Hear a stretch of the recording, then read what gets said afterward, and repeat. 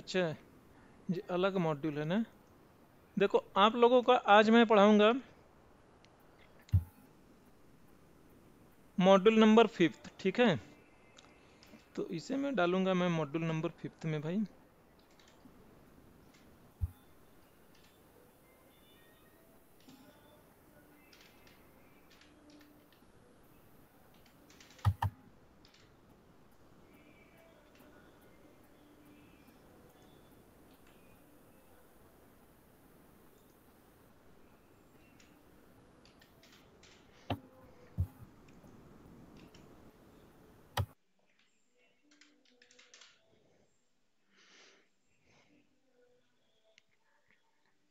हाँ, आप ये बोल रहे हो, सपोज मान लो इतना मैं एरिया लेता हूँ मैं, इतने एरिया पे मैं नंबर फॉर्मेटिंग लगा देता हूँ मैं।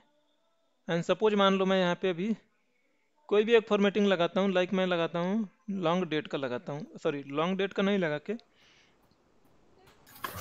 मैं लगा देता हूँ परसेंटेज का, ठीक है। 2 डिजिट मैंने बढ़ाया है और लाइक मैंने लगाया 2 लिखा, ओ सॉरी 5 तक लेता हूँ मैं। चलो 3 डिजिट तक है, सही है। अब मैं 6.298888 इस तरीके से लिखता हूँ, 3 डिजिट तक कर रहा है, सही है।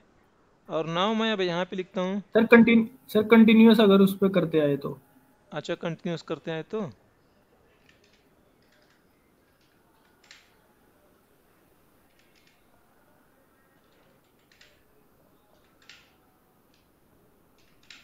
यार ले रहा है। अगर ले रहा है ना तो एक इसके नीचे एक बीच में ब्रेक कर दो, दूसरा फॉर्मेटिंग अब डाल लेना, ठीक है। नहीं सर, बस मेरे को यही पूछना था कि कहीं मेरे से कोई मिस्टेक हो रही है क्या। नहीं यार, आपसे नहीं, मेरी मिस्टेक, मेरे पास भी हो रहा है ऐसा। ऐसा नहीं होना चाहिए था, एक आध बार और ट्राई करना है दूसरे सिचुएशन में। नहीं सर, अगर इसमें में जो गैप क्रिएट करते हैं उसके बाद नहीं होता, अगर कंटिन्यूअस करते आते हैं तो होता है। चलो अच्छा, कल मैं आप लोगों को बता रहा था मैं टेक्स्ट फंक्शन लेफ्ट राइट वाला बता रहा था आपको। सर एक क्वेश्चन और था मेरा, हाँ हाँ, पूछो। कि जैसा ये आपने एक सीरियल नंबर वाला बताया था सर हमें एक हाँ दिन क्लास, तो उसमें हम ऐसा भी कर सकते हैं क्या सर कि जैसे अ, हम एंट्री करते जाए सीरियल नंबर अपने आप जनरेट होते जाए। हाँ, आप कर सकते हो ना, बहुत जुगाड़ है यार, वो वाला और फंक्शन उसमें सर, बताऊंगा। किया तो था मैंने, वो तो हो गया, लेकिन उसमें एक छोटी सी प्रॉब्लम आ रही है मेरे को। हाँ, आएगी प्रॉब्लम। उसमें ये आ रही है सर कि जैसे एक ब्लैंक छोड़ दें, जैसे ही ब्लैंक छोड़ के और एक गैप छोड़ के एंट्री करते हैं, मतलब 10 कर दी, 10 एंट्री की हमने, 10 सीरियल नंबर आ गया, 11वीं कॉलम को हम ब्लैंक छोड़ के 12वीं पे जब हम लिखते हैं हम्म तो वो भी उधर ब्लैंक ही रह जाता है। लाइक जैसे मैं मान 11 लो यहाँ पे लिखा मैंने 1 लिखा 2 3, और अब मैं यहाँ पे कुछ ब्लैंक छोड़ता हूँ, तो यहाँ पे क्या चाहिए आपको? यहाँ पे 4 चाहिए सर। यहाँ पे आपको 4 चाहिए, ठीक है ना। हाँ सर। अगर ये ब्लैंक है तो ठीक है। चलो देखो, अब ये ना किसी न किसी के रिस्पेक्ट में लाओगे आपने, हो सकता है इधर कुछ वैल्यू लिखी होगी तब लेके आने की हाँ कोशिश कर सर, रहे होगे उसी ना। इन्हीं की रेफरेंस लेके किया था। चलो इसका रेफरेंस मैं यहाँ पे रख दूं, है ना। अब नाउ अब चाहते हो कि अगर कोई ब्लैंक है तो यहाँ पे भी ब्लैंक है ना। मेरा कहने का सेंस ये है, यहाँ पे मान लो कुछ अल्फाबेटिकल कुछ चीजें लिखी है, यही आप कहने की कोशिश कर रहे हैं ना। और फिर इसके रिस्पेक्ट में मुझे ऐसा मिलना चाहिए था, है ना, ऐसा ना। Yes sir. तो भाई मेरा काउंटर लगा लो आप।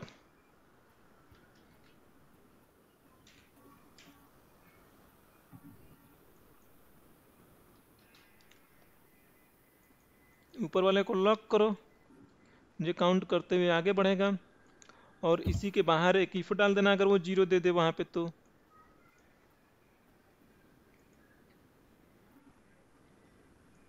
बाहर डाल दो भाई इफ का एक लॉजिक, कि अगर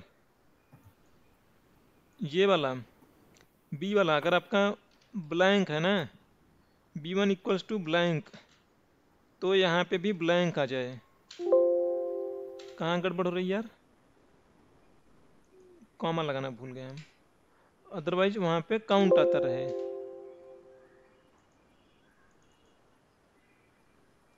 तो देखो करेगा क्या, इफ अगर b1 को यहाँ पे रहेगा टेस्ट करेगा, अगर ये b1 आपका ब्लैंक रहेगा, वहाँ पे कुछ भी नहीं लिखा रहेगा तो ब्लैंक छाप देगा, अदरवाइज कुछ लिखा है तो काउंट वाला फंक्शन वर्क कर जाएगा अपना। सो सेम यहाँ पे अब ये आया b2 को टेस्ट करेगा, अगर ये ब्लैंक है तभी ये ब्लैंक करेगा, यहाँ पे ब्लैंक दे देगा, अदरवाइज ब्लैंक नहीं है इट मीन्स कुछ ना कुछ लिखा है, तो फिर ये वाली कंडीशन रन होगी।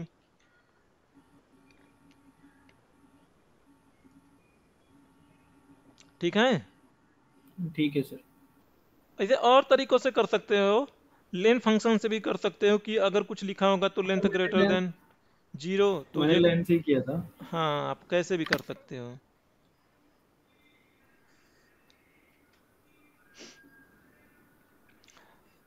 तो देखो कल मैं अब और किसी को कुछ पूछना है।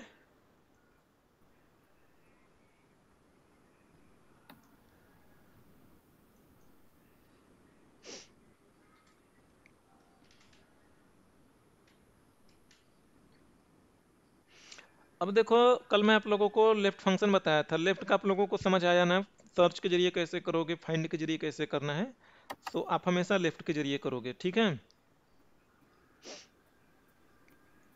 अब अगला वाला जो आपका फंक्शन है वो राइट का है, ये थोड़ा सा ट्रिकी है। एंड राइट में आपको क्या करना है कि यहाँ से आपको ना राइट साइड वाला नाम निकालना है।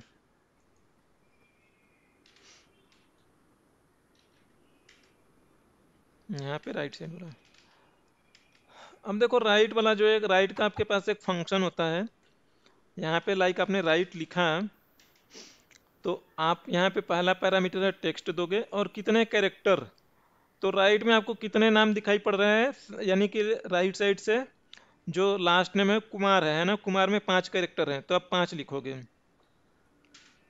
अब ये आपने मैनुअली 5 का कॉन्सेप्ट लगाया, लेकिन अगर आप सोचोगे कि इस 5 के कॉन्सेप्ट को मतलब एक्सेल के जरिए फॉर्मुलेटेड कैसे किया जाए, तो आपको एक ही लॉजिक समझ में आ सकता है यहाँ पे। वो लॉजिक क्या है, वो लॉजिक ये होगा कि इसे आप ध्यान से देखो और सोचो। जब इसे आप ध्यान से देखोगे तो आप एक लॉजिक इसमें सेट कर सकते हो कि हमारा 5 कैरेक्टर कैसे मिल रहा है। हमें 5 कैरेक्टर ऐसे मिला कि हम स्पेस यहाँ पे पता करेंगे, यानी कि फर्स्ट नेम का आप पता करोगे, फर्स्ट नेम कहाँ से कहाँ तक है, तो आप उसको पता करने के लिए आपको आइडिया है सर्च फंक्शन यूज करोगे, सर्च आपको बता देगा स्पेस कहाँ पे है। सो लाइक अगर जैसे मैं इसे मैं थोड़ा सिंपल कर दूं, मैं लाइक मैं इसे सीमा कर देता हूं, मैं सीमा कुमार। तो देखो अब कहोगे जो आपका स्पेस वाला फंक्शन है वो 5वें नंबर पे है, और सीमा कुमार में टोटल अगर आप देखो तो कितने कैरेक्टर है, कुमार में 5 कैरेक्टर, सीमा में 4 कैरेक्टर, एक स्पेस, टोटल 10 कैरेक्टर है। तो 10 कैरेक्टर में से स्पेस वाला साइज अगर आप निकाल दोगे तो आपके पास जो नंबर बचेगा वो स्पेस के बाद वाला नंबर बचेगा जो कुमार का है।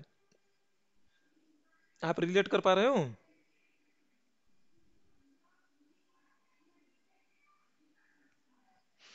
अगर देखो एक और एग्जांपल मैं दूं, जैसे सुनील है, सुनील में इसका लास्ट नेम राय आएगा, राय में 3 कैरेक्टर हैं, तो अब इसमें क्या करोगे, जो टोटल साइज है नाम की ना उसे चेक कर लो कितनी साइज है, सुनील एक स्पेस है और राय है, तो इसमें टोटल नंबर ऑफ कैरेक्टर ना 9 है। ठीक है।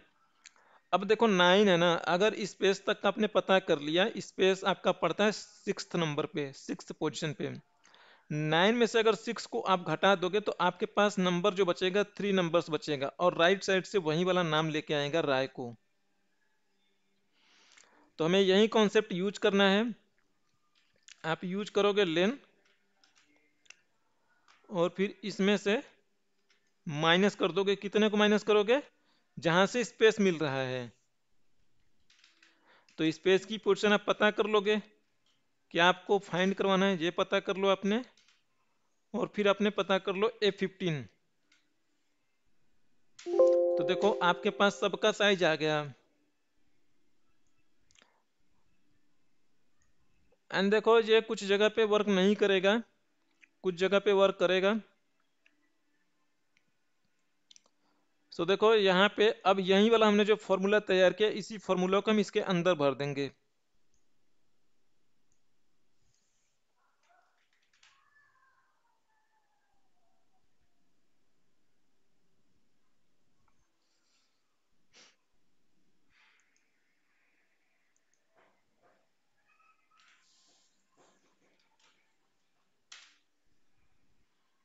अब ये पूरा ट्रैक कर लो। एंड आपने एक चीज नोटिस किया कि जो कुछ जगह पे इसने सही इसका आंसर दिया है, कुछ जगह पे सही आंसर नहीं दिया होगा। देखो चीजें जो है आपके लिए, आपको जो दिख रहा है ना, अच्छा राइट है, राइट में नहीं, राइट में ऐसा सीन नहीं आता है, वो लेफ्ट में आता है, एक स्पेस आता है। क्योंकि ये स्पेस तक का काउंट करता है तो हम इसमें से -1 करते हैं। तो ये इसमें हम -1 करेंगे क्योंकि ये स्पेस से पहले ही रुक जाना होता है।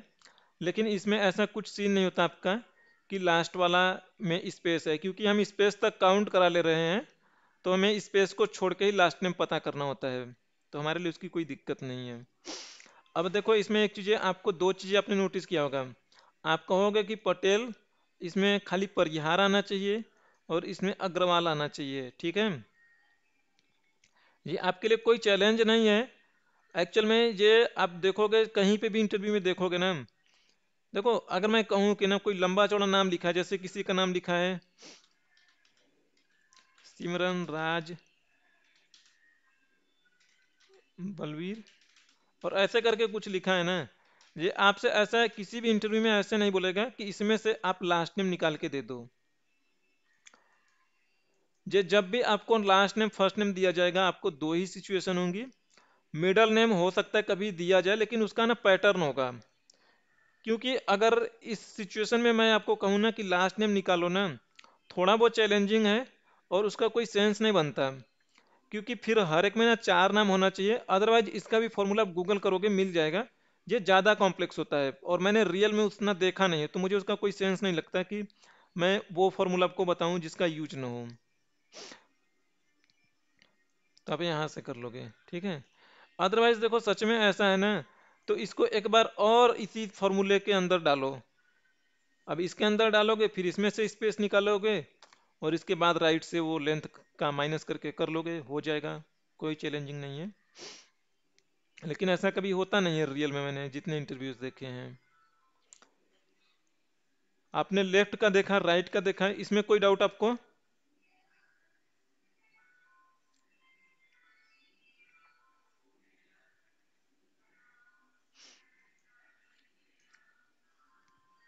अब देखो मिडल का क्या होता है। मिड का ये होता है, ये आपके लिए एक स्ट्रिंग है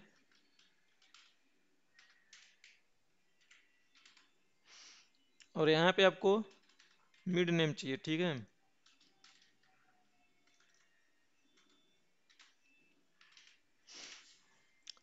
सो लाइक देखो अगर मैं ऐसे कुछ कहूँ कि ये ईयर वाइज है, जैसे 2021, और सपोज मान लो यहाँ पे कोई भी मॉडल है, ये कुछ भी कह लो।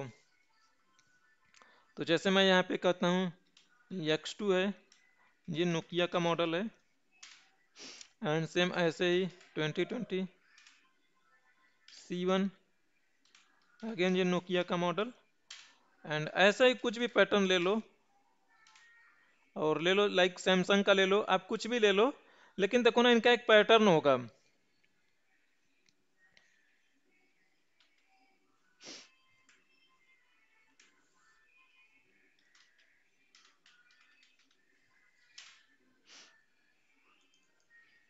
तो देखो इसे आप ना चाहोगे तो टेक्स्ट टू कॉलम से भी बहुत आसानी से कर लोगे, क्योंकि इसका एक पैटर्न बन रहा है। मिड नेम का आपको इंटरव्यू में ऐसा ही आएगा, कहीं पे काम भी करोगे तो भी ऐसा ही आएगा। तो देखो अब जैसे इसमें से आपको बीच का निकालना है ना, तो मिड आपके पास एक फंक्शन होता है। आप पहला पैरामीटर टेक्स्ट दोगे, दे दोगे, एंड सेकेंड पैरामीटर में बोला ना स्टार्टिंग नंबर। तो देखो जो मॉडल नंबर है वो आपको निकालना है, बीच वाला कैरेक्टर। तो मॉडल नंबर आपका पड़ रहा है 6th पोजीशन पे, है ना। और फिर बोला 6th पोजीशन से शुरू करो और कितने कैरेक्टर उठाना है, ये नंबर ऑफ कैरेक्टर बता रहा है। तो मॉडल नेम में आप नोटिस कर रहे हो कि सब में एक पैटर्न बन रहा है दो दो का। तो आप यहाँ पे 2 लिख दोगे, 2। एंड नाउ अब आप देखोगे सब में ये चीजें आ चुकी हैं।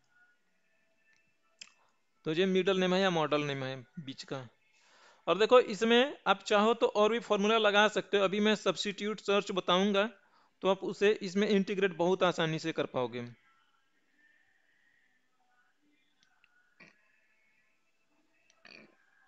इसमें किसी को कुछ पूछना है, किसी को कोई डाउट?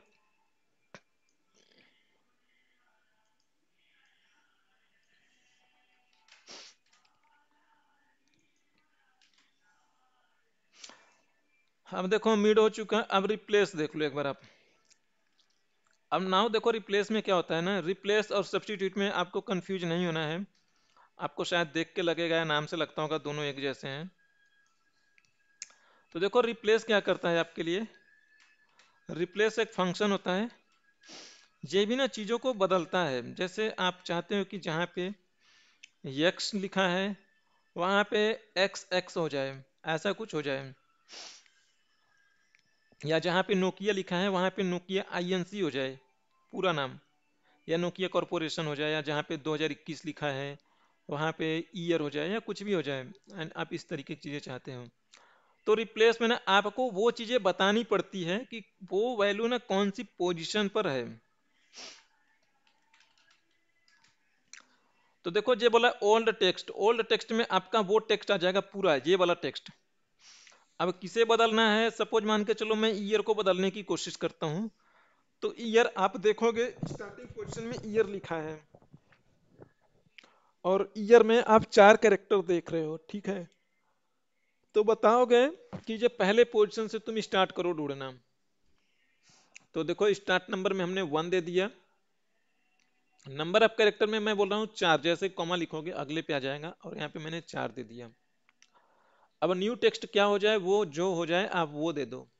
लाइक मैं चाहता हूं कि ये ईयर हो जाए, तो मैं ऐसे लिखता हूं डबल कोट के अंदर। तो देखो जहां जहां पे 2020-21 लिखा है ये उस तरीके से हो रहा है। तो ये ईयर ईयर ईयर इस तरीके से आ रहा है। अब जस्ट इसी को दूसरे तरीके से हम करें अगर रिप्लेस के जरिए, एंड मेनली जो यूज होगा आप रिप्लेस यूज करोगे। लेकिन देखो कुछ सिचुएशन ऐसी भी होगी कि आपको सब्स्टिट्यूट यूज करना ज्यादा कंफर्टेबल होगा। आपकी ज्यादा जो नीड होगी वो सब्स्टिट्यूट ही होगी। सब्स्टिट्यूट का मतलब ये होता है कि उसका रिप्लेसमेंट। अब देखो सब्स्टिट्यूट में क्या कर रहे हो, सब्स्टिट्यूट में आप करोगे वो टेक्स्ट लोगे जिसमें आपको काम करना है। अब ओल्ड टेक्स्ट, अब लाइक जैसे जहां जहां पे 2021 लिखा है ना, वहां वहां पे जे कर देगा आपके लिए जो चीजें चाहोगे। लाइक आप ईयर चाहते हो तो ईयर करेगा, तो ये 2021 लिखा है। अब देखो 2021 ना जो टेक्स्ट के अंदर लिखा है, तो आप भी टेक्स्ट के अंदर ही लिखोगे। अब नया टेक्स्ट में ये क्या करे ना, अब आप चाहते हो नए टेक्स्ट में ये ईयर दे दे मुझे लिख के, तो ये ईयर कर देगा।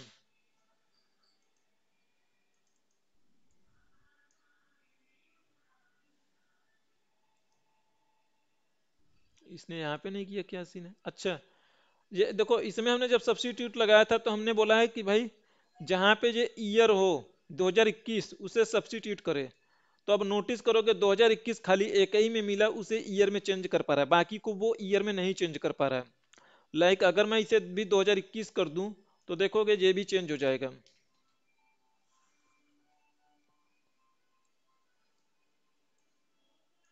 तो सब्स्टिट्यूट में आप हार्ड कोडेड वैल्यू पास कर रहे हो, किसे चेंज करना है, या रेफरेंस भी पास कर सकते हो। ऐसा जरूर नहीं कि आप हार्ड कोडेड ही हमेशा पास करोगे। कहीं पे जैसे 2021 लिखा है तो A1 A2 का ऐसे जैसे क्लिक करके रेफरेंस लगाते हो ऐसे भी लगा सकते हो। और नाउ एक और एग्जांपल मैं दिखा रहा, मैं थोड़ा इंटरेस्टिंग है। अब देखो जहां जहां पे हाइफन लगा है, अब हाइफन को ना मैं डबल हाइफन से रिप्लेस करना चाहता हूं, या मैं पाइप ऑपरेटर से रिप्लेस करना चाहता हूं मैं। तो अगेन देखो मैं सब्स्टिट्यूट यूज करूंगा, मैं सब्स्टिट्यूट लिखा आपने, इसे इसमें आपको वर्क करवाना है, और आपको पुराना वाला टेक्स्ट यानी हाइफन जो है उसे रिप्लेस करना है। और किससे, डबल हाइफन से, या पाइप ऑपरेटर ले लो, जो आपको बेस्ट लगे वो ले लेना। और अब देखो ये सिंगल जो है डबल हाइफन से रिप्लेस हो गया। अब एक और देखो, इसमें एक और पैरामीटर था, लास्ट वाला पैरामीटर, उस पैरामीटर को एक बार आप देखो। अभी देखो जो इंस्टेंस नंबर है ना, इसे आपने देखा नहीं था, अब हम इसे दिखा रहे हैं आपको। अब फिर से वापस से वो वाला स्ट्रिंग जो है वो आपका रेफरेंस लोगे। अब आप किसे रिप्लेस करना है, हाइफन को रिप्लेस करना है, और नया टेक्स्ट में आप चाहते हो डबल हाइफन हो जाए। अब देखो लास्ट वाले इंस्टेंस की बारी आई है, तो ये बोल रहा है अगर यहाँ पे कुछ नहीं दोगे ना, तो जितने सारे हाइफन है ना ये सबको रिप्लेस कर रहा था। यहाँ पे देखो पहला वाला हाइफन भी डबल हाइफन में चेंज हुआ, ये वाला भी हाइफन डबल हाइफन में चेंज हुआ। तो अगर इसे आप बोल दोगे कि खाली जो पहली बार जो तुम्हें मिलेगा ना उसे रिप्लेस करो, दूसरे वाले को तुम्हें नहीं कुछ करना है, तो देखो ये दूसरे वाले हाइफन को नहीं हटा रहा है।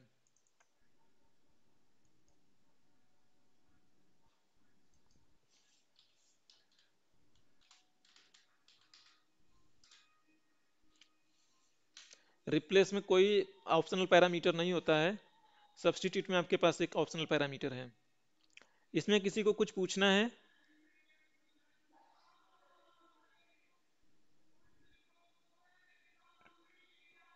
किसी को कुछ नहीं पूछना है?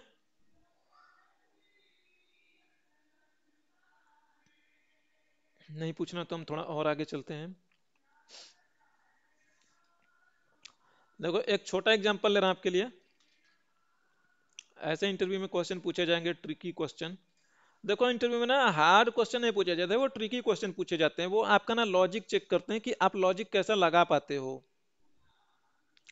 अब जैसे आप देखोगे, आप हो सकता है कहीं पे आप वर्क करो, कुछ लोग ना लास्ट नेम निकाल लेंगे, भले ही लंबा चौड़ा फॉर्मूला रट के आ जाए गूगल से, वो अलग सीन है। मैं अपना एक्सपीरियंस बता रहा हूँ, जब मैं ओरेकल में था, जब मैं काम करता था, तो और भी लड़के एमआईएस का कोर्स करते थे कहीं और से, उनको लेकिन दो चार ही फंक्शन आती थी, वही दो चार फंक्शन आती थी, लास्ट नेम निकाल लो, बीच का नाम निकाल लो, तीन तीन चार चार नाम से।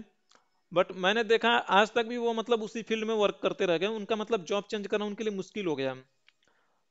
क्योंकि भाई आप एक ही चीजें सीखोगे, मुझे नहीं लगता एक ही चीज मतलब इतना हार्ड एंड कोड वाला इंटरव्यू में पूछा जाए। वो आपको नॉर्मली ये जज करने की कोशिश करते हैं कि आप वर्क करने में कितने कैपेबल हो, कितना स्मार्ट लॉजिक लगाओगे आप।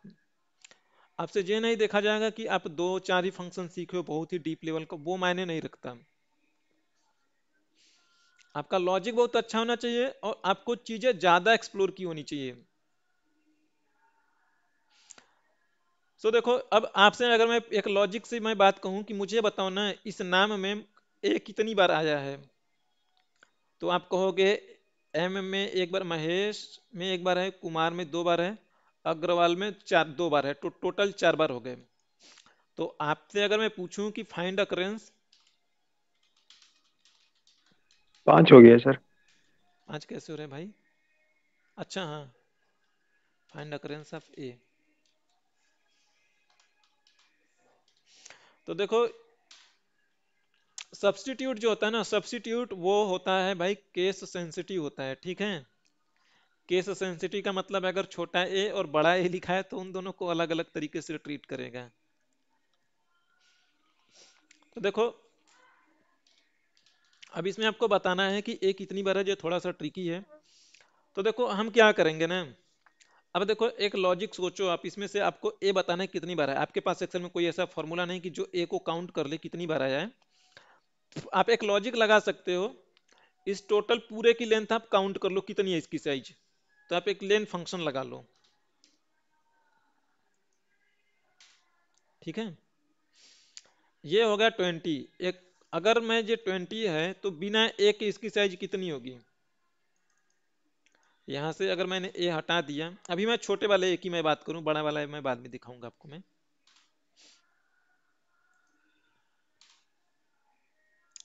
अगर मैं इसमें से ए निकाल दूंगा तो अब इसकी साइज ले लूंगा तो कितनी बताएगा जी मुझे?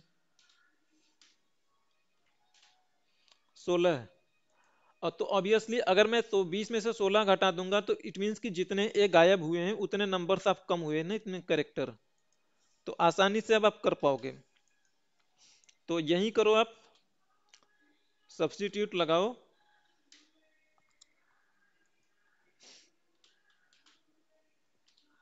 इसमें भर दो ए और उसकी जगह पे ब्लैंक कर दो, ठीक है। तो अब देखो इसका आ गया, वो सारे नाम निकल के आ गए, और अब इसमें लेन का फंक्शन डाल दो। अच्छा ध्यान दिया आपने, देखो इसमें से एक गया नहीं है, मैंने बोला था ना जो केस सेंसिटिव होता है, तो अग्रवाल वाला ए यहाँ पे बैठा मिला है भी आपको, उसे अगली सिचुएशन में हम हैंडल करना सिखाएंगे आपको। तो देखो इसकी लेंथ ले लो भाई, तो इसका लेंथ कितना आएगा, 16 आया। अब ए हटने से पहले उसकी क्या लेंथ थी, उसमें से वो आप घटा दो।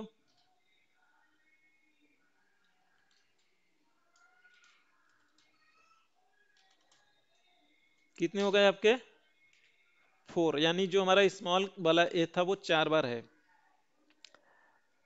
अब देखो अगर ये चीजें, दूसरी बात एक बात और बताऊं, शायद आप लोगों को पता होगा एक्सेल में हमारे पास एक फंक्शन होता है अपर लोअर का ना, एक अपर का फंक्शन होता है, जो भी इसमें एबीसीडी लिखी है ये इनको अपर केस में कर देगा। ऐसे एक लोअर का फंक्शन होता है, तो ये इनको लोअर केस में कर देगा। देखो इसमें सारे लोअर केस में हो गए। अब देखो अगर आपके पास ऐसा बोला गया है ना कि इसमें से जितने सारे ए हो, चाहे स्मॉल केस में हो चाहे अपर केस में, है ना, सबको मतलब आपको करना है। ये ब्रैकेट में आप इंटरव्यू देने जाओगे तो ब्रैकेट में लिखा रहेगा केस सेंसिटिव, नहीं लिखा रहेगा तो आप इंटरव्यूअर से पूछ लेना कि ये केस सेंसिटिव है या अनसेंसिटिव है, हमें दोनों को कंसीडर करना है। अगर केस सेंसिटिव लिखा रहेगा तो छोटे वाले को करवाना चाहता है आपसे, और अगर केस इनसेंसिटिव है तो सारे ए जो है उनको। तो अब देखो यही वाला लॉजिक लगाओ फिर से,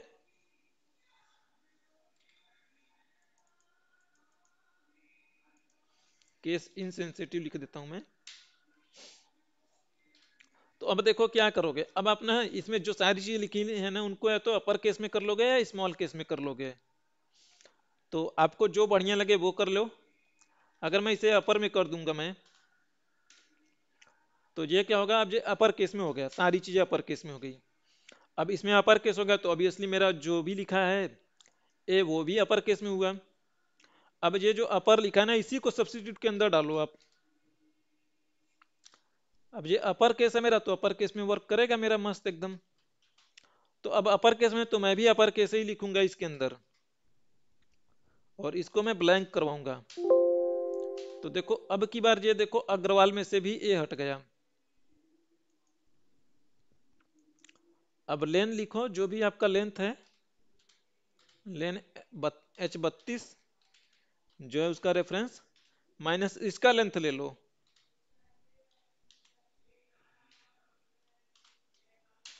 ये देखो आपसे ऐसी चीजें पूछी जाती इंटरव्यू प्रोस्पेक्टिव से।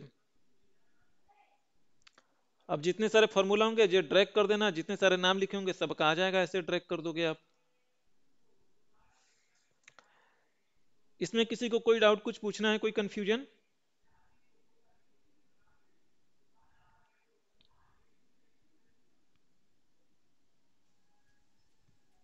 चलो नहीं पूछना फिर और आगे चलते हैं हम।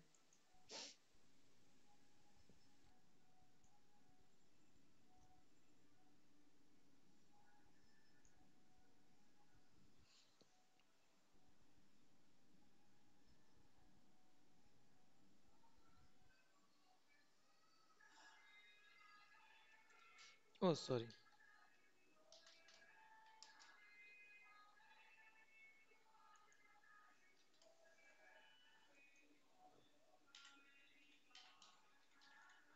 अब देखो इसमें जो स्प्लिट वाला फंक्शन है, एक्चुअल में जो स्प्लिट वाला जो है टेक्स्ट फंक्शन की बात कर रहा है। तो देखो टेक्स्ट फंक्शन में बता देता हूँ टेक्स्ट फंक्शन करता क्या है।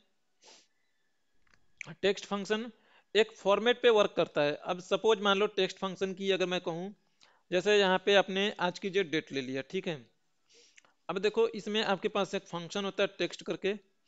अब देखो इसमें से अगर आपको मंथ लेना है भाई, तो आप ये लिखोगे और डबल कोट के अंदर एम लिखोगे। ये मंथ कौन सा चल रहा है, जनवरी का, सॉरी फरवरी का। तो देखो आपने 1 AM लिखा है, तो इसका जो आउटपुट आएगा ना सिंगल डिजिट में आएगा, तो इसका आउटपुट आएगा 2। ठीक है, अगर ये चल रहा था नवंबर महीना तो 1 1 आता, तो देखो इसका आंसर आएगा आपको 2। अब इसे आप एक और एम लिखोगे तो ए अब ना 02 में आएगा, यानी 2 डिजिट को जो फॉलो करेगा। अगर आप यहाँ पे 3 कर दोगे तो एफ ए बी लिखेगा, फेब्रुअरी, एफ ए बी। अगर आप यहाँ पे 4 करोगे तो ये लिखेगा, पूरा नाम लिख देगा, फेब्रुअरी लिख देगा। और इसके साथ आप ईयर चाहते हो या खाली ईयर चाहोगे तो आप वाई वाई वाई लिखना है। अगर मैं ईयर चाहता हूं इस तरीके से एक हाइफन लग के वाई वाई आए तो 5-23 इस तरीके से आएगा। आप ईयर आगे चाहोगे तो ईयर आगे लिख सकते हो, यानी यहाँ पे लाइक अगर मैं डी चाहूं तो अब देखोगे जे 02 के फॉर्मेट में आएगा मेरे पास। अब देखो जे डेट को इस तरीके इस पैटर्न पे रखा है इसने, हमने जिस पैटर्न पे इसे बोला है उस पैटर्न पे जो रख रहा है, एमएम पहले मंथ, फिर लिख रहा है डेट, फिर ईयर लिख रहा है। आप स्लैश लगाना चाहो, स्पेस लगाना चाहो, जो लगाना चाहोगे वो कर लोगे आप यहाँ पे आसानी से। और इससे ज्यादा ये वाला फंक्शन और कुछ नहीं करता है।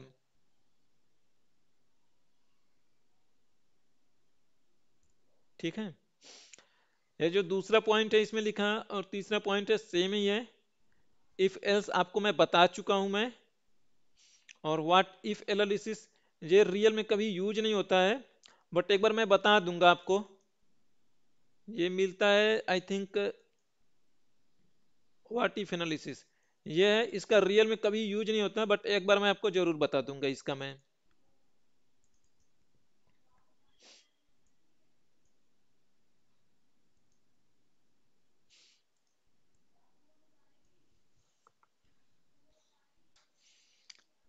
इतने में किसी को कुछ पूछना है?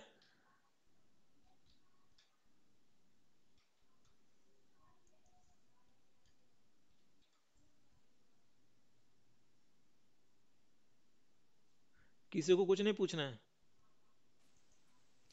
चलो, अब फिर मेरा देखो मॉड्यूल 6 स्टार्ट हो जाता है। मॉड्यूल 6 बेसिकली देखो, आप बैंकिंग डोमेन के लिए इंटरव्यू देने जाओगे तो इसे बहुत अच्छे से तैयारी करके जाना है। लाइक ये इसमें देखो ना, डेट पे आप वर्क करते हो। एक एग्जांपल के लिए मैं बता दूं कि जैसे टाइम लाइन का जहाँ पे ज़्यादा काम होगा वहाँ पे यूज होता है। जैसे आज मान लो है आपके पास है 5 फरवरी है, और आपके ऑफिस में कोई एक ऐसा प्रोजेक्ट आया है, और कोई सपोज मान लो लोन का ही मैं एक बता देता हूँ कि लोगों ने लोन लिए,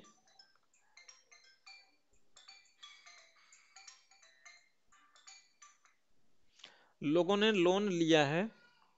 जैसे मान लो एक इनकी ये वाली डेट है, और ये एक इनकी ये वाली डेट है।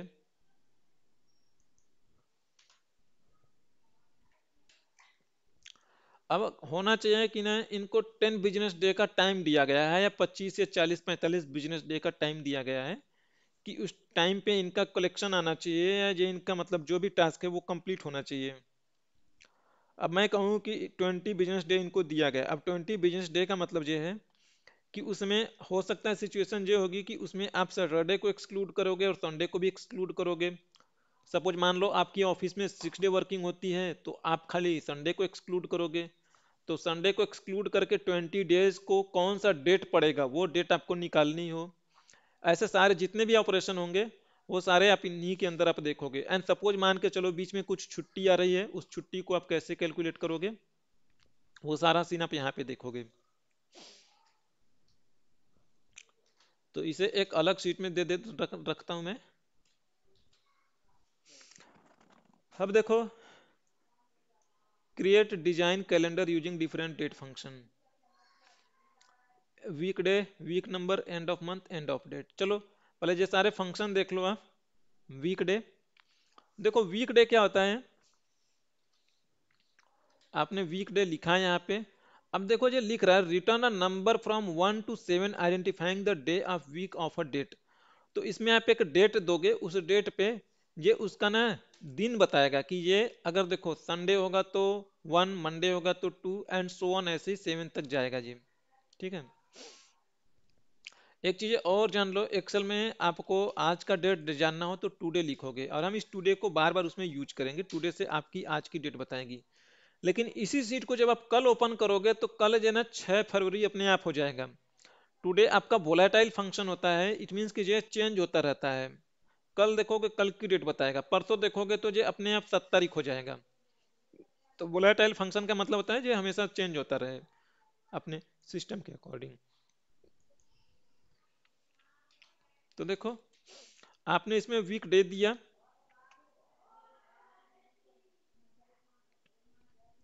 अब आप यहाँ पे आप डाल दो। अब देखो इसमें डेट देगा। अब देखो ये लास्ट वाला जो पैरामीटर है ना रिटर्न टाइप, ये ऑप्शनल है। ऑप्शनल का सर मतलब semicolon, sir semicolon control semicolon से जो डेट प्रिंट करते हैं हम्म, उसमें भी वो भी वोलेटाइल ही होता है। नहीं वो हार्ड कोडेड नहीं होता, वो स्टैटिक होता है। ठीक है सर। अब देखो ये जो नेक्स्ट वाला पैरामीटर है ना, अगर आप इसे नहीं दोगे ना तो भी आपका काम करेगा और ये बताएगा आज है 1। मैंने बोला देखो संडे को ये एक्सेल 1 कंसीडर करता है, ठीक है, वीक का पहला दिन मानता है वो। अगर आप देखो यहाँ पे देखो ये पहला है।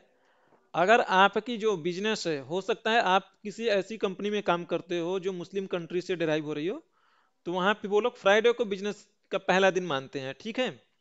तो आपको किसी भी वीक में, जैसे कहीं पे मंडे को पहला दिन माना जाए, अगर आपको मान लो ऐसा सीन है कुछ, या ट्यूसडे को, जो भी किसी को माना जाए ना, तो आप यहाँ से देख सकते हो, कॉमा लगाओगे और ये आपके पास पैरामीटर खुल के आ जाएगा। ये बोला है 1 नंबर, यानी पहला जो नंबर है वो संडे को डिनोट करेगा, ठीक है, और 7वां दिन होगा वो सैटरडे आएगा। अगर आपके ऑफिस में मंडे को कंसीडर करवाना है कि वीक का फर्स्ट डे मंडे हो, तो आप ये वाला ऑप्शन लोगे। तो आज के हिसाब से कौन सा आउटपुट आएगा यहाँ पे? 7वां आएगा ना भाई, 7वां मतलब लास्ट बता रहा है वो। तो अब आप दो लोगे तो देखो ये 7वां दिन बताएगा, आज संडे है, उसके लिए संडे 7वां दिन होगा। वीकडे आपको क्लियर ना है? इसमें किसी को कोई डाउट है तो आप बोलो भाई। आई होप आपको कोई डाउट नहीं होना चाहिए, बट फिर भी अगर आपको कुछ भी ऐसा लगता है तो आप पूछो, ठीक है। हम और आगे बढ़ते हैं। अब देखो इसके आगे है वीक नम। अब वीक नम देखो क्या करता है ना, देखो हर एक फॉर्मूला को आप देखो पढ़ोगे ना तो डिस्क्रिप्शन में लिखा रहता है। ये इसमें लिखा है return the week number in a year. एक साल में होते हैं 54 या 55 संडे से वीक होते हैं, है ना। तो अब जो है ना साल का काउंट करेगा कि आज के टाइम में ये कौन सा वीक है। तो अभी देखोगे आपका जो 5वां 5वां होना चाहिए वीक, तो 6वां वीक है। अब ये काउंट करो आप, 1 जनवरी से देख सकते हो आप यहाँ पे, ये हो चुके हैं 6वां है ना। देखो ये यहाँ पे जनवरी में 5 वीक हुए, और फरवरी में जो 6वां वीक है आज 5 तारीख है। कैलेंडर में आप देख लो, ये आपके लिए सही वर्क कर रहा है। और अगेन इसमें भी देखो एक ऑप्शनल पैरामीटर है।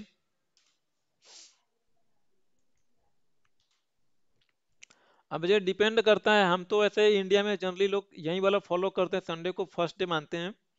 अगर आप किसी अदर कंट्री के लिए वर्क कर रहे हो तो अब देखो यहाँ पे संडे के लिए 2 लोगे, मंडे के लिए 11 लोगे। तो अब ये मत सोचना कि ये सीक्वेंस में क्यों नहीं है, इसका अपना अलग लॉजिक है सीक्वेंस में क्यों नहीं है, ठीक है। एंड ये 12 13 14 जो भी चाहिए आप यहाँ से डिसाइड कर सकते हो आप, ठीक है। अगर 21 कहोगे तो एक वीक कम हो जाएगा, क्योंकि कल जब मंडे आएगा तब एक वीक आपका पूरा होगा ना, तो इसलिए यहाँ पे 5 ही वीक दिखाएगा। किसी को कुछ पूछना है इसमें?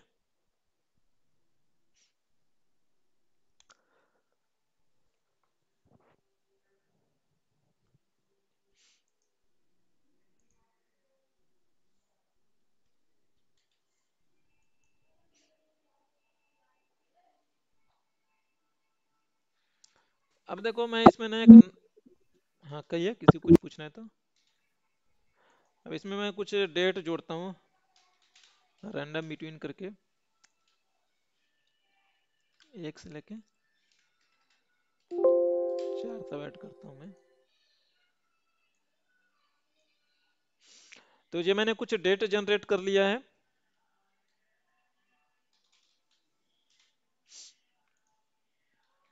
देखो मैंने कुछ डेट जनरेट किया नंबर बिटवीन फंक्शन से, ओह सॉरी, अब देखो, अब मुझे इसमें ना ई मंथ क्या होता है और ई डेट क्या होता है, इस चीज को थोड़ा ध्यान से देखना आप। ईओ मंथ, अब देखो ईओ मंथ का मतलब होता है भाई मंथ का एंड ऑफ मंथ। तो देखो आप जैसे ही लिखोगे ईओ मंथ, तो अब देखो ये यहाँ पे लिखा है स्टार्ट डेट, ठीक है, स्टार्ट डेट। अब यहाँ पे देखो कितना महीने आगे जाना है, कितना महीने पीछे आना है, इसकी भी फॉर्मेटिंग मैं यही वाला ले लूं।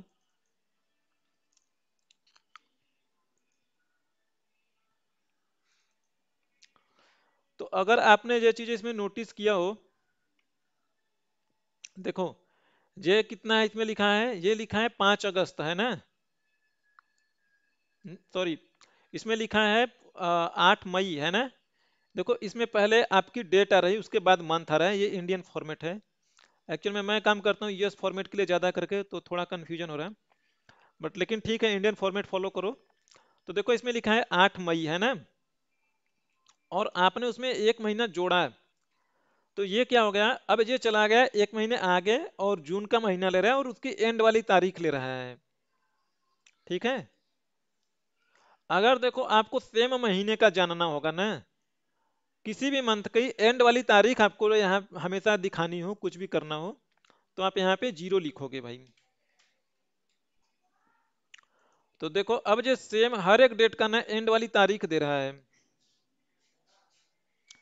देखो ये होता है 7वां महीना आपका 31 का होता है, ये 30 का होता है, 9वां महीना एंड सो ऑन। अगर यहाँ पे आज की डेट डालो, ये फरवरी का महीना है, तो अब यहाँ पे आपको 28 का डेट देगा, इसका एंड डेट 28 है।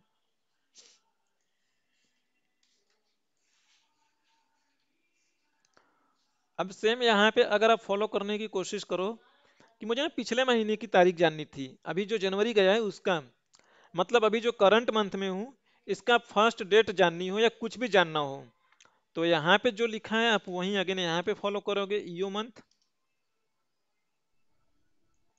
स्टार्ट डेट, और पिछला जानना है ना तो -1 कर दो भाई। ये वाला फॉर्मेटिंग आप यहां से उठा लो, चढ़ा दो फॉर्मेटिंग यहाँ पे, थोड़ा सा स्पेस दे दो, आ गया। तो जो आपने फॉर्मूला लगाया है वो जो भी यहाँ पे डेट पड़ी है ना उसके जस्ट पीछे की लेके आ रहा है डेट। और महीने की पहली तारीख लेनी हो तो अब आप क्या करोगे भाई, 31 तारीख जो है ना इसमें आप 1 ऐड कर दोगे तो आ जाएगा ना, एक तारीख और आगे बढ़ जाएगा।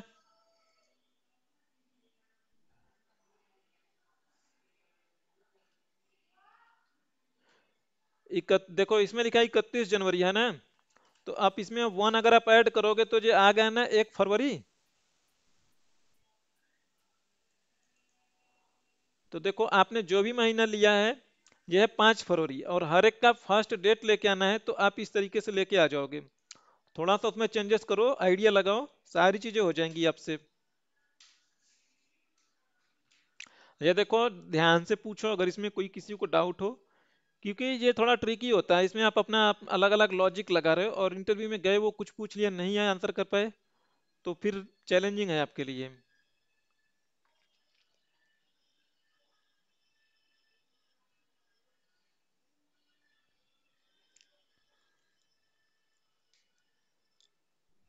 कुछ नहीं पूछना है इसमें किसी को ना।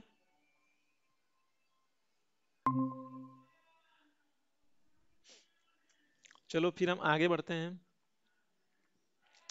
देखो अगला वाला है, लिखा है calculate age using date different function. Actual में जो डेट डिफरेंट एक्सेल में होता नहीं फंक्शन है, ये बहुत पहले से ही मैंने देखा है, वहां पे साइट पे लिखा आया है, इसलिए यहाँ पे भी लिखा हुआ है। डेट डिफरेंस करके कोई फंक्शन नहीं होता है एक्सेल में, ठीक है। आप कुछ अलग तरीका में इसे का आपको मैं बता दूंगा कि कैसे कर सकते हो, आप इसे कैसे नहीं कर हेलो। सकते हो। अलग तरीका हेलो देखो हेलो। इसका, ये क्या बोल रहे हो आप। आवाज नहीं जा रही मेरी? आ रही है, बोलो, कुछ पूछ रहे हैं क्या आप। हाँ, वो डेट से मुझे वो याद आया, एक बार आपने बहुत पहले बताया था, जैसे कि हम एक कॉलम में जैसे कि 1 तारीख से लेकर 30 तारीख तक का डेट दिए, ठीक है, और मुझे रोस्टर बनाना, उसमें मुझे वीक ऑफ हटाना, तो वो एक बार आपने बताया तो मुझे याद ही नहीं आ रहा कैसे कैसे करते हो, एक बार बता दोगे वापस से? डेट से मुझे वो याद आ गया। अच्छा, सपोज मान लो ये है, ये डेट पड़ी है 1 फरवरी 2023 की पड़ी है भाई, ठीक है। ये आपको रोस्टर बनाना है 28 तारीख तक, ठीक है ना। जी। इसे सेलेक्ट करो आप, ये होम में जाना है, फिल में जाना है, और यहाँ पे आपको सीरीज मिल जाएगा। सीरीज में करोगे आ जाएगा आपको, यहाँ पे वीकडे लेना है, एक एक दिन बढ़ाना है भाई। कहाँ पे ले जाके रोकना है? 28 फरवरी ना, समझ गया, ठीक है ना। समझ गया, याद आ गया। ठीक है, चलो हम कहाँ पे थे यार, हाँ। मैं बोला था कि देखो डेट डिफरेंट करके फंक्शन नहीं होता है। सपोज मान लो आपकी जन्म तिथि है, एक एग्जांपल के तौर पे मैं कह देता हूँ, आपका डेट ऑफ बर्थ है, सपोज मान लीजिए आपका डेट ऑफ बर्थ है 5/6/2002 है, और आप कहोगे कि आज के दिन में आप कितने साल के हो गए हो, ठीक है ना। तो आप ये डेट डिफरेंट, ये फंक्शन है नहीं एक्सेल में। ये फंक्शन VBA से बनाई जा सकती है, अदरवाइज वैसे नहीं है एक्सेल में कि आपको एक ही बार में तीनों चारों चीजें निकाल के दे दे। तो देखो उसका अपना लॉजिक ये लगाओगे, आज की डेट क्या है? आज की डेट है आपके लिए 5 फरवरी 2023 है। अब इसे 5 फरवरी 2023 में से 5 हाँ 5 जून को आप घटाओगे। तो हम घटाओगे कैसे? देखो एक तो तरीका ये है कि ईयर ले लो, ईयर में आज की जो डेट है ना, टुडे, तो देखो इससे निकल के आ जाएगा आपका 2023, ठीक है।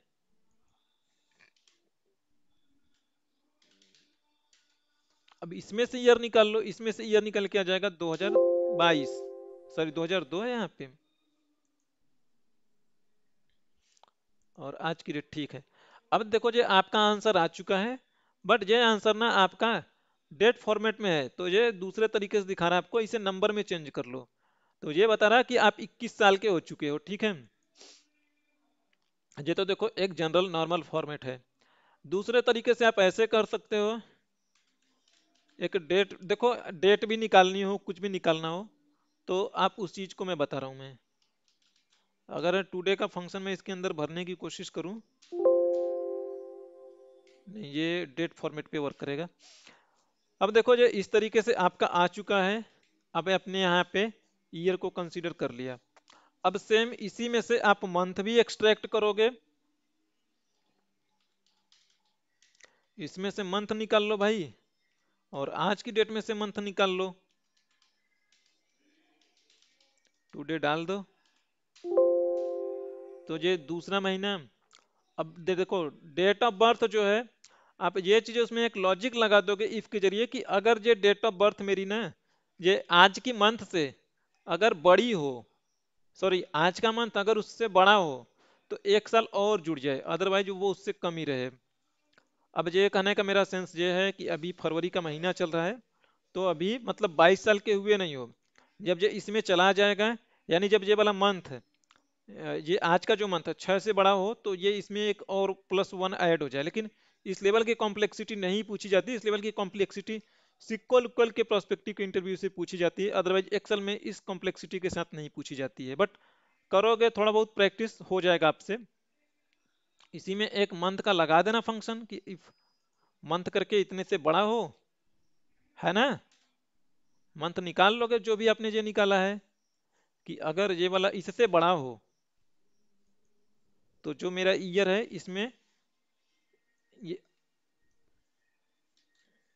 ईयर में मेरा +1 और ऐड हो जाए। अदरवाइज अगर बड़ा नहीं है तो फिर जितना साल बता रहे उतना साल हमारा सही है, क्योंकि जब हमारा जून का महीना आएगा तभी तो हम पूरे 22 साल के होंगे। अभी कहने मतलब 21 साल मैंने पूरा कर लिया, 22 साल में नहीं पहुंचे हैं। तो ये इफ का फॉर्मूला मैं फिर से बता रहा हूँ, ये मंथ को आप, सॉरी ये मंथ मैंने देखो यहाँ पे मैनुअली हार्ड कोडेड किया है, हार्ड कोड नहीं, ये इस फॉर्मूला के अंदर लिखा है। तो ये वाला फॉर्मूला के अंदर करके लिखोगे, ये month greater than this month.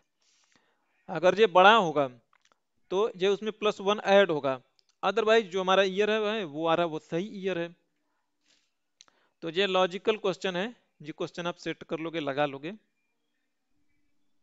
ठीक है, इसमें किसी को कोई डाउट?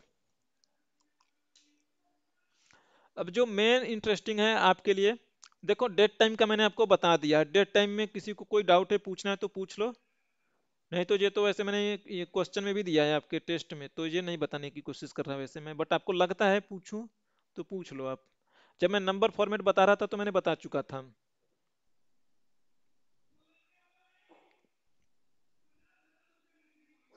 चलो आप ये कोशिश करना है, अगर कर लोगे तो बढ़िया, नहीं होगा तो एक बार फिर से बता दूंगा। ये क्वेश्चन इंटरव्यू में, सॉरी टेस्ट में दिया है आपको, इसलिए नहीं बता रहा मैं ये वाला, क्योंकि नंबर फॉर्मेट में ऑलरेडी मैं बता चुका था मैं। अब जो लास्ट वाला जो है इसमें जो है नेटवर्क डेज। नेटवर्क डेज देखो दो टाइप के होते हैं, ठीक है। एक होता है इंटरनेशनल नेटवर्क डेज और एक होता है नेटवर्क डे। नेटवर्क डेज देखो करता क्या है भाई, जैसा इसका नाम है ना, ये वैसे ही काम करता है। ये दो दो डेट के बीच में बताता है कि वर्किंग डे कितने, नेट वर्किंग डे, यानी संडे सैटरडे को एक्सक्लूड करके बताएगा आपको। सपोज ये देखो, ये नेटवर्क डे का अगर आप फंक्शन लिखोगे तो देखो ये लिखता है आपको, तो देखो ये लिख रहा ना, स्टार्ट डेट, एंड डेट और ब्रैकेट में लिखा है, यानी स्क्वायर ब्रैकेट में हॉलीडेज। तो ये ऑप्शनल है, अभी इसकी मैं बात नहीं कर रहा मैं, ठीक है। तो आप कोई भी दो डेट ले लीजिए और उसके बीच में जो आपको वर्किंग डे बता देगा कि कितना वर्किंग डे है। एंड सपोज मान लो ये वाली हमने डेट लिया, मान लो ये आपके ऑफिस में कोई प्रोजेक्ट चालू हो रहा है इस डेट को,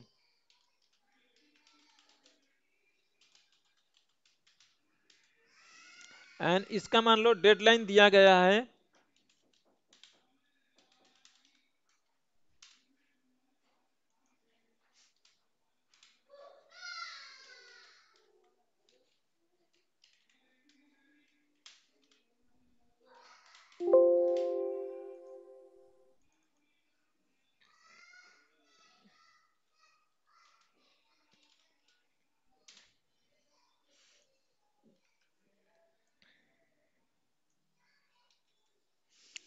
अब अगर आपसे मैं कहूं कि मुझे बताओ निकाल के इसमें, यह है 5 फरवरी 2023 और यह है 19 मार्च 2023, तो इन दोनों के बीच में कितने वर्किंग डे मिलेंगे आपको, ठीक है।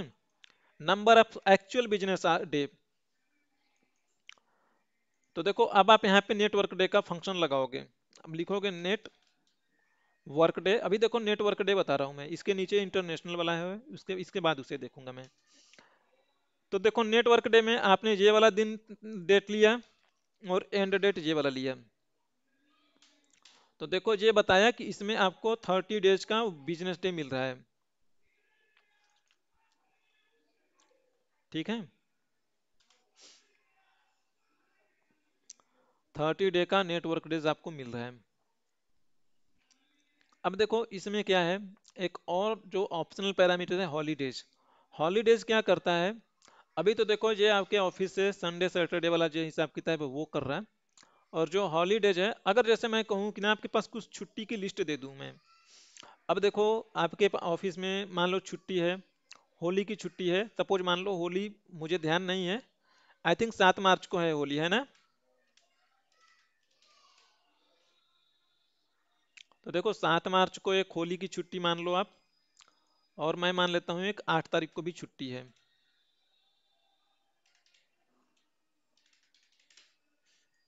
ठीक है। एक आध और जितनी छुट्टी होगी वो छुट्टी आप यहाँ पे रख लो। अब छुट्टी के साथ अगर आपको ये कैलकुलेशन लेनी है तो अब आप ऑप्शनल पैरामीटर है ना, वो पैरामीटर आप दे सकते हो। भाई छुट्टी को आपको एक्सक्लूड करना पड़ेगा ना, तो जो जो छुट्टी है ना, इस छुट्टी को लॉक कर देना, नहीं तो नीचे वाले में जाएगा तो ये छुट्टी खिसकना शुरू कर देगा, या तो नेम मैनेजर यूज करना आप।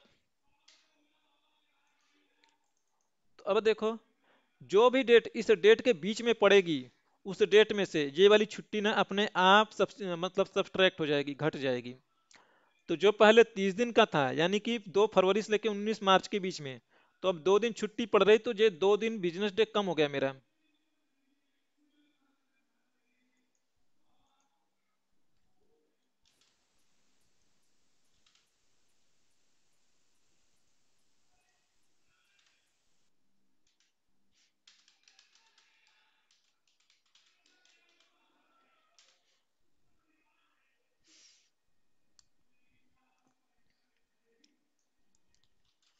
अब देखो सेम इसमें अगला जो है नेटवर्क डे INTL का सीन देख लो आप।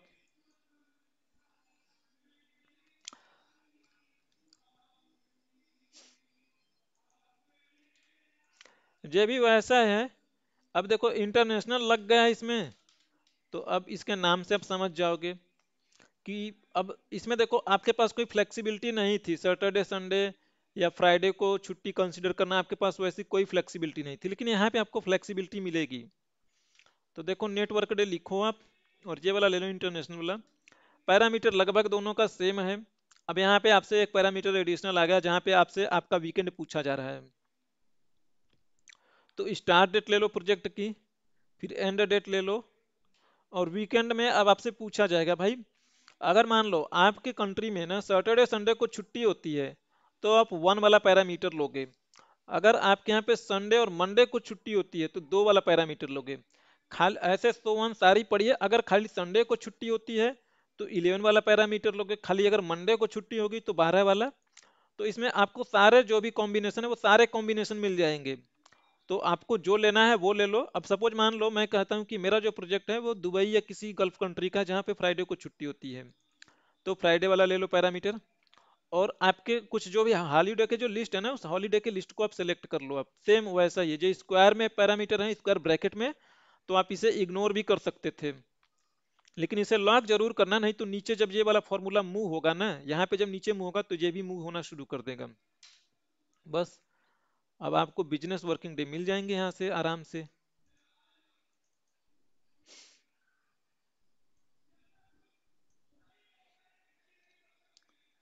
इसमें किसी को कुछ पूछना है, कोई डाउट कुछ भी? देखो इसमें इतना ही होता है, अब इसी के बेस पे आप अपना लॉजिक तैयार करोगे, उनको जो भी क्वेश्चन होंगे वो बताओगे आप।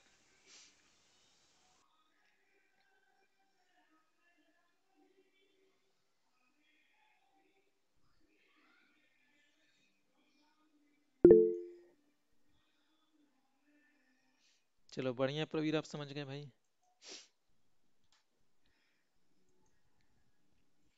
तो देखो मॉड्यूल 6 में इतना ही है। इसके अलावा आपको डेट से रिलेटेड कोई भी कैलकुलेशन में कोई कंफ्यूजन नहीं होगी, रियल में कोई कंफ्यूजन नहीं होनी चाहिए, ठीक है? इसके अलावा मुझे और कुछ नहीं लगता, बट आपको कुछ लगता है challenges, then come up with the situation. और फिर जो नाउ 7th मॉड्यूल है, 7th मॉड्यूल मैं चाहता हूं कि कल से शुरू करूं। आपको अगर कुछ पूछना है तो इतने में पूछ लो, अदरवाइज देखो वी लुकअप मेरे लिए बहुत मायने रखता है, तो मैं इसे एकदम आराम आराम से पढ़ाता हूं मैं, ठीक है? तो आई होप कि ये 2 दिन का सेशन जाएगा, आप उसके अकॉर्डिंग प्रिपरेशन कर लो। जितना मैंने अभी तक पढ़ाया है ये आपको नहीं पढ़नी पड़ेगी, जितना मैं पढ़ाऊंगा। बाकी आपको कुछ लगता है पूछना है तो पूछो, अदरवाइज कहोगे वी लुकअप शुरू करने के लिए तो मैं कर सकता हूँ शुरू।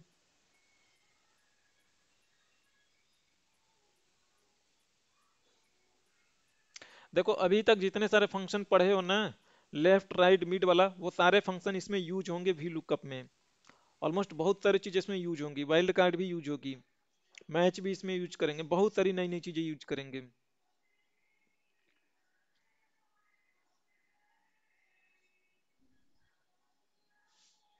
नहीं प्रवीर, आपकी आवाज नहीं आ रही यार। Hi friends, my name is Akil Ahmed. पूछो, कुछ पूछना है तो वैसे चैट में पूछ लो, मैं देख लूंगा, या बाकी पंकज आपको कुछ पूछना है तो पूछ लो। नहीं सर। चलो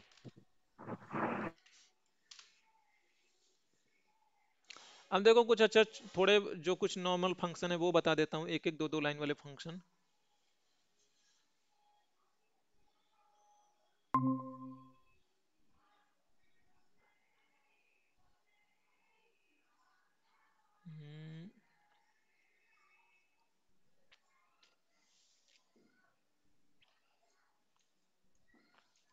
देखो जैसे कुछ फंक्शन होते हैं लाइक INT हो गया, जो इंटीजर में चेंज करने के लिए होता है।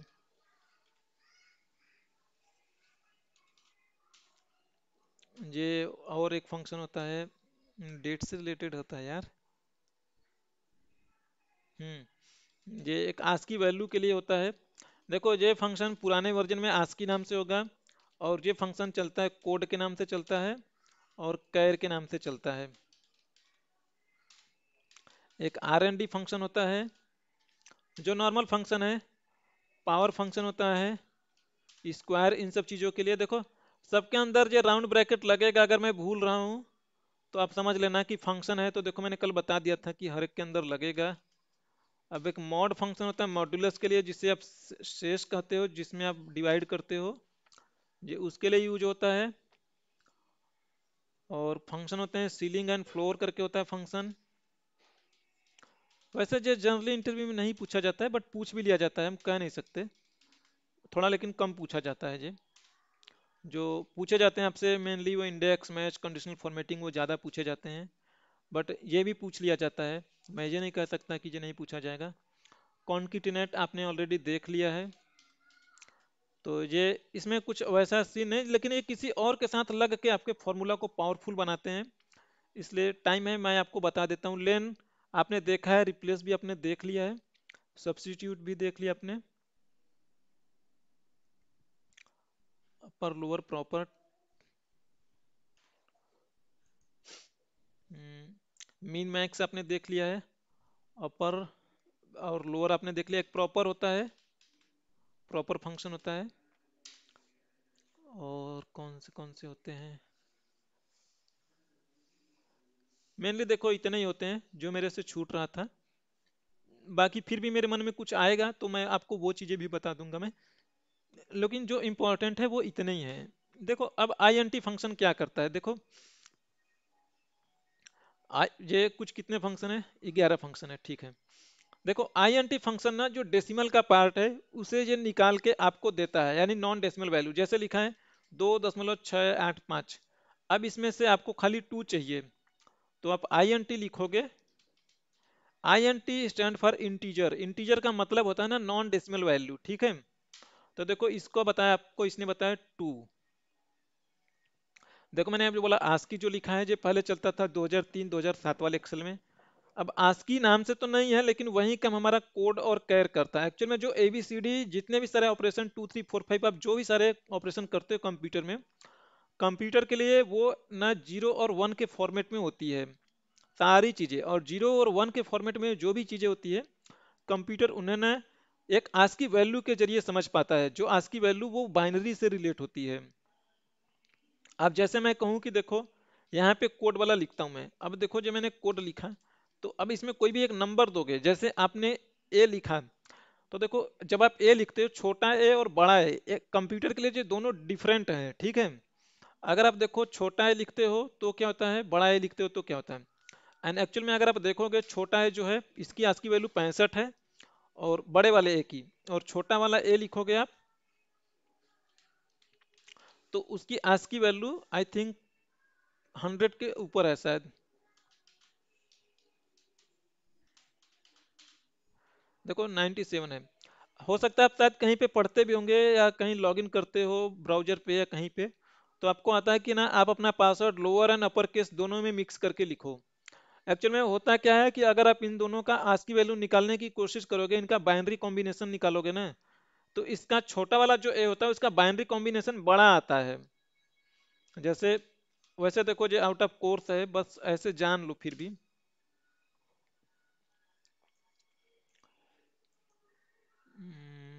प्रोग्रामर कैलकुलेटर, अब यहाँ पे मैं हेक्साडेसिमल चूज करता हूँ और मैं यहाँ पे 65 लिखता हूँ, 97 सॉरी, 97 लिखा। और आप देख रहे हो बाइनरी में यूज हो रहा है, कितने बीट यूज हो रहे हैं, 4 बीट यहाँ पे, 3 बीट यहाँ पे, यानी कि टोटल 7 बीट यूज हो रहे हैं। 1 बाइट से कम यूज हो रहा है, 8 बाइट पूरा नहीं यूज हो रहा है 97 में। और अगर मैं यहाँ पे 65 लिखूं, ओ सॉरी, दोनों में लगभग सेम ही यूज हो रहे हैं, दोनों में 7 बीट यूज हो रहे हैं। मैं आपको ये चीज़ें बताने की कोशिश कर रहा था क्योंकि मैंने कहीं पे पढ़ा था कि जो स्मॉल केस वाला होता है वो ज़्यादा स्ट्रांग होता है इन टर्म्स ऑफ की, लाइक आप पासवर्ड बनाते हो तो इसे क्रैक करना ज़्यादा कॉम्प्लेक्स होता है। ज़्यादा कॉम्प्लेक्स उनका कहने का सीन ये था कि भाई इसमें ज़्यादा नंबर्स आप प्रोबेबिलिटी बनेगी 97 वाले में, इसमें कम प्रोबेबिलिटी बनेगी। तो मुझे वो लॉजिक लगा था, बट मैं यहाँ पे नोटिस कर रहा हूँ दोनों में same he size of character है, 7 बीट इसमें भी जगह ले रहा है, 7 बीट उसमें भी। अब ये जस्ट इसका उल्टा है। अब जैसे देखो ये जो मैंने कोड बताया ना, ये 65 है, इसी कोड को यूज करके आप ABCD का बाइनरी नंबर जनरेट कर लोगे, या ABCD आप जनरेट वाइस वर्सा दोनों तरीके से कर सकते हो। जैसे आप यहाँ पे कैर लिखते हो, कैर लिखा, अब ये आपको कैरेक्टर बताएगा। लाइक आपने यहाँ पे 70 लिखा, तो 70 एक नंबर है, बिना डबल कोट के लिखेंगे। अब ये बता रहा है इसका कोड है F। तो अब एक चीज आपको क्लियर है कि आपका जो ABCD स्टार्ट होता है ना, वो A से स्टार्ट होता है, A से स्टार्ट होता है। अगर मैं 97 से लिखना शुरू करूँ या 65 से लिखना शुरू करूँ, देखो एक एग्जांपल देता हूं मैं। जैसे आपने लिखा यहाँ पे कैर लिखा, कैर लिखा आपने, और यहाँ पे एक आप नंबर दे देते हो, नंबर पास कर देते हो, तो ये A लिख देगा। सॉरी, 65 से शुरू करना है ना, 65 से लिखा। अब ये ना, इसे जो 65 हमने लिखा ना, अगर इसमें डायनामिक सेट कर दूं, मैं प्लस कर दूं रो नंबर किससे, इससे अगर मैं इसे बाउंड कर दूं मैं, तो देखो ये B से शुरू करेगा, क्योंकि 65 था, इसे मैं शुरू करवाना है, 64 में 1 जोड़ूंगा, 65 हो जाएगा, क्योंकि ये भी तो एक रो नंबर है।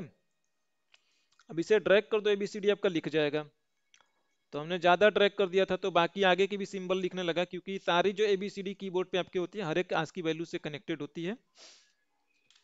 तो इस तरीके से आप ABCD जनरेट करवा सकते हो इससे। आप रैंडम नंबर भी जनरेट करवानी हो तो रैंड बिटवीन लिख दो इसके अंदर, 65 से लेके 96 या 94 तक जो भी होगा, वो ABCD रैंडमली जनरेट करता रहेगा आपके लिए।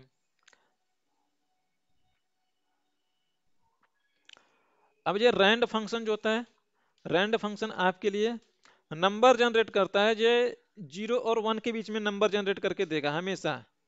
तो देखो ये डेसिमल वाली वैल्यू है, ये 0 और 1 के बीच में है ना।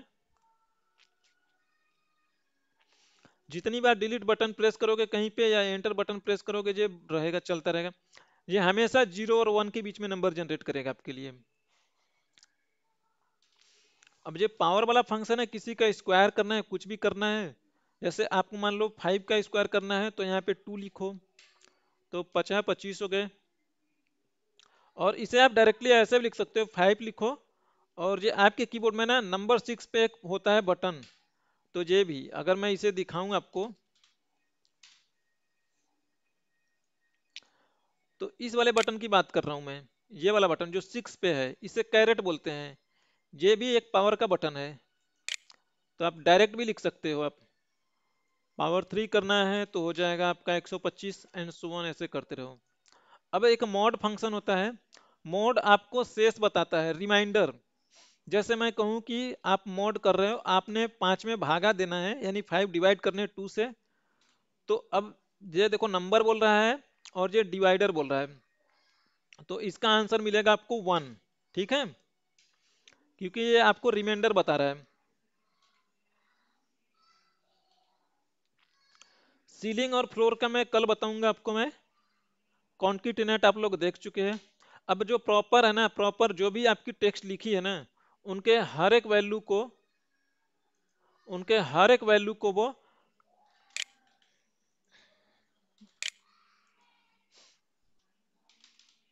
ओह सॉरी, आपने यहाँ पे प्रॉपर लिखा, और अब देखो इसके हर एक करेक्टर को ये कैमल केस में कर रहा है। देखो इसमें सारे जो है अलग अलग थे, तो इसने हर एक कैरेक्टर को, यानी फर्स्ट वर्ड को, सॉरी फर्स्ट वाले वर्ड को अपर केस में कर रहा है। ये कॉन्किटनेट ऑलरेडी आपको बता चुका हूं मैं, और 2 और है, जब लुकअप पढ़ाऊंगा तो उसमें बता दूंगा। सर बाकी मेरा कॉन्कैटिनेट छूटा हुआ है, एक बार बता सकते हैं? कौन सा चीज? कॉन्कैटिनेट मेरा छूटा हुआ है। अच्छा, कॉन्किटनेट, देखो कुछ वर्ड लिखे हैं, जैसे ये लिखा है राम मुंबई एंड 2023, ठीक है, जनरल फॉर्मेट में कर दूं मैंने। अब देखो इनको ना कॉन्किटेनेट करना है। अलग अलग जगह पे हैं। अब जैसे इन सबको एक जगह पे लाना है तो आप ऐसे तो कर नहीं सकते, कॉमा करो या ऐसे लिखा आपने और जे भी लिखो, राम आ जाए एक बार में एक ही आ रहा है। दोनों वैल्यू एक जगह पे लानी है तो आप ऐसे कॉन्केटेनेट यूज करोगे, इसे लोगे भाई, अब कॉमा लगाओगे और किसे कॉन्केटेनेट करना है उसे लोगे और इसे लोगे। ठीक है, एंटर मारो। अब देखो राम मुंबई 2023 एक ही में सट के आ चुके हैं। अब क्योंकि आपने इन दोनों के बीच में कुछ नहीं दिया है इसलिए जो सट के आए हैं, अगर आपको इन दोनों को अलग करना है तो अब आप चाहते हो कि यहाँ पे एक स्पेस आए तो आप यहाँ पे स्पेस दोगे। अब देखो हाथ से स्पेस देने का कोई मतलब नहीं है क्योंकि ये फॉर्मुलेटेड है, तो आपको स्पेस देना है तो डबल कोट के अंदर स्पेस दोगे। ठीक है, तो देखो राम और के बीच में और मुंबई के बीच में एक स्पेस दे दिया हमने, और यहाँ पे भी अगर आपको एक स्पेस देना है या कोई और भी लगाना है हाइफन वाइफन तो आप यहाँ पे लगाओ। अब जो हमने हार्ड कोड किया इसमें राम मुंबई इस तरीके से आ रहा है। समझ गए। इसी चीज को आप दूसरे तरीके से करोगे बिना कॉन्केटिनेट के तो एम% भी कॉन्केटिनेट करता है आपके लिए। आप एम% लगाओ, सेकंड जो रेफरेंस है आप उसे लो, एंड ये वाला जो रेफरेंस है आप इसे ले लो। ठीक है, सेम इसमें भी वही चीजें करनी है। तो देखो जो हार्ड कोडेड वैल्यू है तो इसमें अगेन इस जो स्पेस दे रहे हो ना इसे भी आपको कॉन्केटिनेट करना पड़ेगा एम% से। ठीक है, जब दो वैल्यू को अब कॉन्केटिनेट करोगे तो आपको एम% लगाना पड़ेगा, और यहाँ पे भी हाइफन लगाना है, वैसे आप यहाँ पे भी कर लो। ठीक है,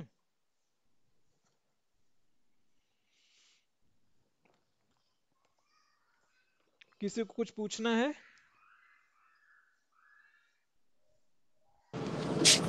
क्लियर है सर ये।